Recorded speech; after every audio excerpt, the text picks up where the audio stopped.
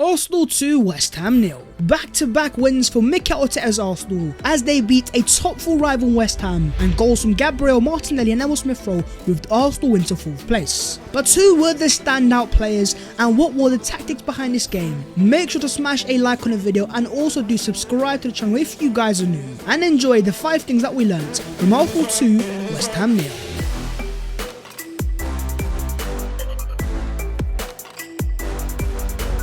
First things first is Gabriel Martinelli on fire. I call him Pele's godson. I've always said let's just keep the faith in Martinelli, and there was some fans saying, Babs, let's load him out, maybe he's not ready. But I've always trusted Martinelli to come through, and oh boy has his time arrived. Once again, another goal for Pele's godson today. And in terms of his overall game stats, a 7.3 rating, 1 goal scored, 1 key pass, 2 accurate long balls, 1 shot on target, 1 attempted and successful dribble, 6 ground balls won, and 4 tackles as well. Now the goal was amazing, so was the finish, but in terms of his defensive work rate, 4 tackles from a forward, that is an example of a pressing attacker who wants to win the ball back, and exactly what Mikel Arteta desires. And so when you have an attacker like Martinelli who wants to win the ball back so badly, it will help Arsenal in terms of sustaining attacks, because every time they do lose the ball in the final third, this guy is there chasing like a dog and winning that ball back. But also in terms of the final third, decisive you say, of course he is. First things first, in terms of his movement, once again showing so much experience for a player who's still 20 years of age, to run into out, to make the space as well, and to maneuver it as well was world class. But talk to me about that finish.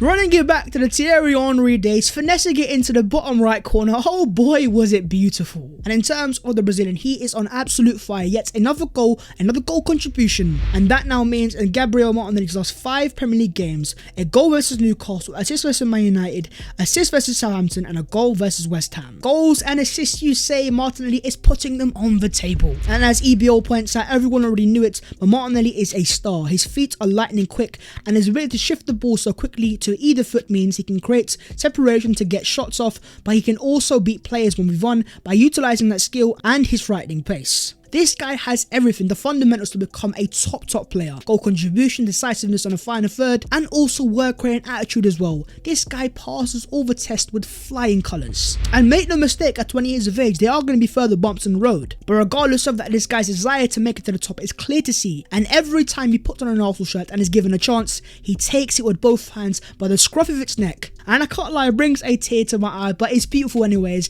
Gabriel Martinelli on fire. But was he your guys' Arsenal man of the match? In terms of the other Arsenal goal scorer, of course, it was Smith Rowe off the bench, and that means that Jamie Vardy is the only English player to score more Premier League goals than Smith Rowe this season with 6 Premier League goals. Those 6 goals also means he's Arsenal top goal scorer in the league as well. He of course scored a goal on his last start versus Man United. He missed the last 2 games with injury, but then he's come back off the bench and put it bottom bins on his weak foot. They called him the Croydon KDB. This guy's got a 5-star weak foot as well. Listen, that's all I'm gonna say. We also finally got to see the Smith Rowe and SAKA celebration, and both Arsenal star boys were on fire, but in particular Smith Rowe. Last season, all Arsenal fans are crying out for more goals from the Arsenal midfield, and this year you've got Martin Odegaard with 4 goals and Smith Rowe with 6 goals. We wanted goals from midfield, and we are certainly getting them. And as the Premier League panel points out, Smith Rowe is becoming such a threat in transition. Smart movement in between the lines, powerful ball carrying, and now showing the ability to hit shots cleanly with both feet. What a talent. When you talk about fundamentals about a player, Smith Rowe has basically everything. Clean ball striking, great ball carrying,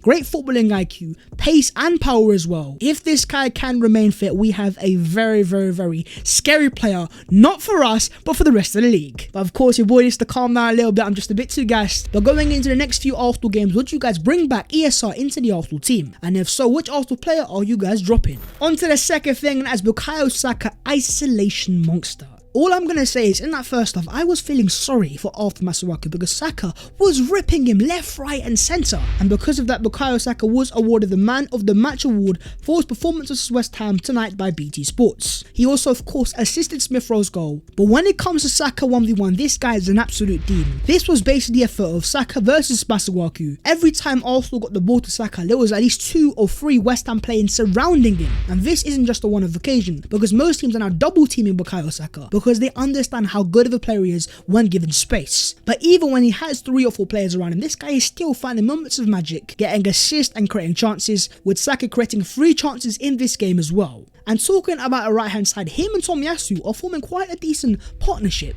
And as pointed out by EBL, Tomiyasu being inverted keeps the team compact in transition, but also opens up the passing lane to Saka every single time, and there's few better players in the world of football than Saka in 1v1 situations. In terms of attacking structure in that hand side, I think you have to also give credit to Mikel Arteta.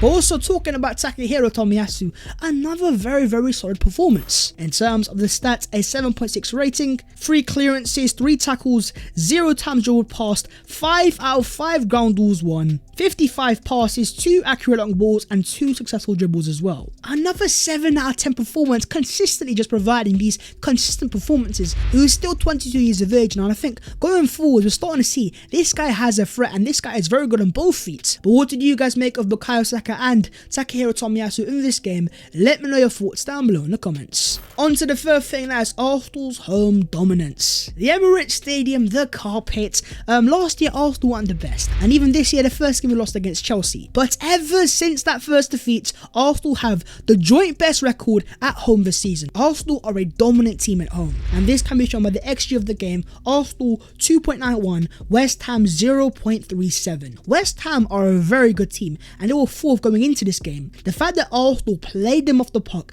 and completely dominated the game, sustained pressure as well, to dominate a top 4 rival like that, you could see this as a statement win from Arteta's Arsenal. And as EBL says here, that was a proper performance. Arteta's structure has been always superb, but the players are starting to put the performances in. The technical security and aggressiveness out of possession has seen Arsenal force West Ham back and use Arteta's elite structure to penetrate them. When it comes to home games this year, apart from Chelsea, Arsenal have showed they can sustain pressure. Arsenal don't sit back, they don't park the bus. It is now all down to Arsenal to find a way to translate this to away games as well. And Arsenal have now gone 5 games in a row without conceding a goal at the Emirates. 5 games, no goals conceded, clean sheet at sea at the Emirates. We are finally making the carpet a bit of a fortress. And talking about the Arsenal defence, the Arsenal back 4 won 100% of their ground duels versus West Ham today. Tomiyasu, White, Gabriel Anthony on fire. When you have a back 4 that aggressive and great at winning the ball back, that is the key to sustaining attacking pressure. And when Arsenal are attacking and keeping the ball in the final third, Arsenal don't really have to worry about the defence. And when Arsenal's defence is allowed to be aggressive, that is when they come into their own. Where was the mighty Mikel Antonio in this game? He was meant to be a massive threat, but in terms of Ben White and Gabriel, and in particular Ben White, he passed the Antonio test with flying colours. And Aaron Ramsdale has now kept 8 clean sheets in the Premier League this season. Only Alisson and Edison have kept more. That's 8 clean sheets in 14 games for Ramsdale. He didn't even start the season, so Ramsdale once again very impressive when it comes to playing at the back. But in terms of goalkeeping, he really wasn't tested, and that is testament to how dominant Arsenal were in the final third, sustaining pressure. I want to see more and more of this. On to the fourth thing, and that is Arsenal's experience steps up. In this game, Arsenal chose to leave out their most experienced player, 32-year-old Pierre-Emerick Aubameyang, who of course was the ex-Arsenal captain. But let's just say no Pierre, no problem. Because in this game, a certain Alexandre Lacazette stepped up, and oh boy was he impressive. Scoring 7.9, getting 1 assist, 3 shots on target, 2 out of 2 successful dribbles, 1 penalty, 1 as well, but of course missed, 2 key passes and 1 big chance created. Now of course, in terms of the penalty, it's not what you want to see, but in terms of his link-up play dropping deep, Lacazette is a very good reference point for the other Arsenal players. And so when you have the pace of Saka and Martinelli making runs in behind, that is when Lacazette comes into zone, as you can see from the Arsenal first goal. And in terms of home games this year, Lacazette has been on fire, but it's all down to translating this into away games now. But in this game, he was the Arsenal captain, and he certainly stepped up.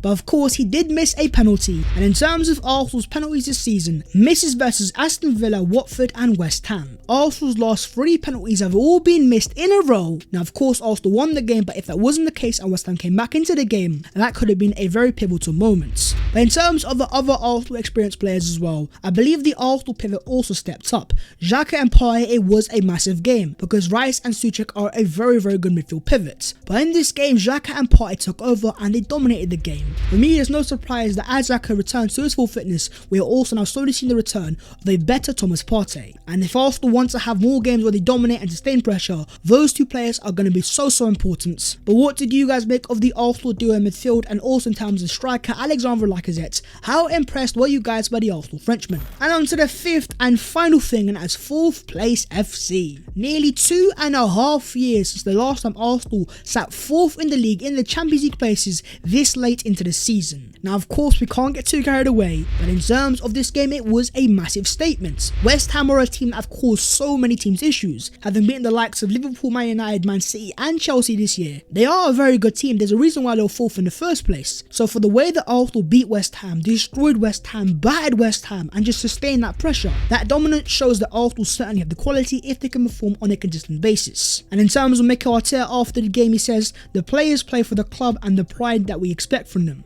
I was really happy from the beginning because we knew we had to play really good today to beat West Ham." I was very impressed by the Mikel Arteta press. In that first half, Arsenal were winning that ball back time and time again, and it just goes to show when Arteta's teams do press, they can cause very good teams issues. And I don't have much to criticise Mikel Arteta when it comes to home games this season, but in terms of away games, Arsenal have been abysmal and there's no hiding that. If they can translate this home form and this dominance to away games, especially against teams like Everton that we should be beating, then Arsenal potentially, dare I say, could be in business. Here is also a photo of Mikel Arteta attempting to stop a pitch invader during tonight's game. 2 back-to-back wins are massive for Mikel Arteta's Arsenal. After those 2 defeats against Everton and Man United, the pressure was really building. So many fans were questioning his tactics and his long-term plan at Arsenal Football Club. Even though Southampton was an easy game against West Ham, a team that is very much in form, to beat them in the way that Arsenal did and to move into the top 4 is massive for Mikel Arteta. And in terms of the Premier League table, Arsenal now sit 4th above West Ham, Man United and Tottenham Hotspur. And as great as that looks right now, let's not get too carried away because of course Tottenham have 3 games on hand, United have a game in hand, but at the same time I don't want to be miserable. I want you guys to be happy. I want to see you guys smile. So yes, Arsenal sitting 4th right now, but of course we have games to come that Arsenal also still need to win. And in terms of Arsenal's next 4 games, Leeds away, Sunderland at home in the Carabao Cup, Norwich away, and Wolves at home after that. There are some real winnable games there for Arsenal, especially Leeds away on Saturday. Yes, tonight was a great result, but Arsenal need to sustain this and win on Saturday. And with it being an away game, it will be a test for Arteta's Arsenal. Can they keep this run going? But in terms of tonight, my fellow Gooners, enjoy the win. Enjoy sitting back in the Champions League places. But at the same time, we need to keep our eyes on the prize. We're in now the Champions League places. Hopefully, we can sustain it. But that is the video there. If you guys have enjoyed, make sure to go down there and smash a like on the video. And also do subscribe to your channel if you guys are new. If you would like to follow your boy on them social medias, then the links will be down below in the description. But that was the 5 things that we learned from Arsenal 2, West Ham United 0. A massive game, a massive win, smiles on faces, and I will see you guys later in a bit.